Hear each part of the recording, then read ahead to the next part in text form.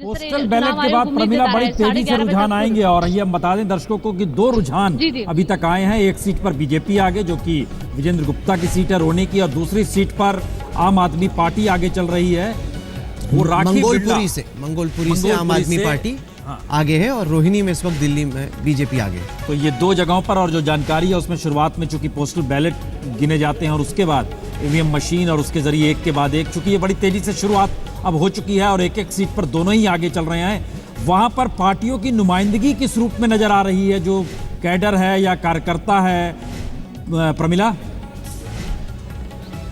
देखिए प्रसून जी, ये पहले भी जिस तरह आम आदमी पार्टी ने आशंका जताई थी, पहले उन्होंने ईवीएम को लेकर आशंका जताई थी, स्ट्रांग रूम के बाहर आपके कार्यकर्ता, इसीलिए मतगणना केंद्र जो है इसमें लगभग 3 से 4 अंदर दाखिल होने के रास्ते हैं, यानी अलग अलग जगह बैरिकेड्स हैं। और उस जब 5वें पायदान को पार करके आप यहाँ तक पहुंचते, उसमें केवल वही शख्स पहुंच सकता है जिसके पास एक कार्ड है जो इलेक्शन कमीशन ने जारी किया। इसलिए जो नुमाइंदगी कर रहे हैं वो कार्यकर्ता कम से कम यहाँ अंदर दाखिल नहीं हो पाएंगे। हाँ, पार्टी के जो नेता हैं जिनकी खुद की किस्मत का फैसला यहाँ होना है वो जरूर यहाँ पर आ सकते हैं, और उसके लिए अभी वो इंतजार कर रहे हैं, क्योंकि मनीष सिसोदिया हो गए, किरण बेदी हो गए, वो तमाम लोग अपने इलाकों में गए हुए हैं। तो इंतजार कर रहे हैं वो लोग भी 9-10 बजे के बाद का जब यहाँ पहुंचेंगे।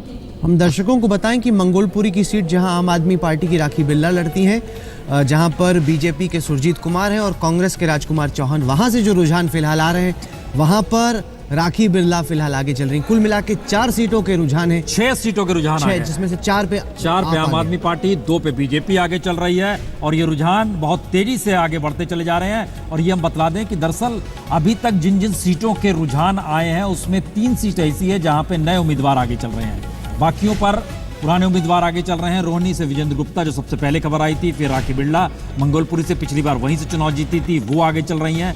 और ये तस्वीर धीरे धीरे बहुत तेजी से आगे बढ़ेगी। और जो 14 सेंटर्स है वहां पे हमारे तमाम संवाददाता चूंकि वहां पर मौजूद हैं, और दिल्ली के चुनाव इस मामले में कहीं ज्यादा महत्वपूर्ण हो चले हैं, क्योंकि पहली बार एक ऐसा मौका आया है लोकसभा चुनाव और उसके बाद की परिस्थितियों में जहां पर बीजेपी रुझानों में पहले पीछे चल रही है। शुरुआत उससे आगे से होती है, लेकिन वो अब आम आदमी पार्टी आगे चल रही है। प्रसून जी, मैं आपको दिखाऊं कि अरविंद केजरीवाल ने अब से थोड़ी ही देर पहले ट्वीट किया है।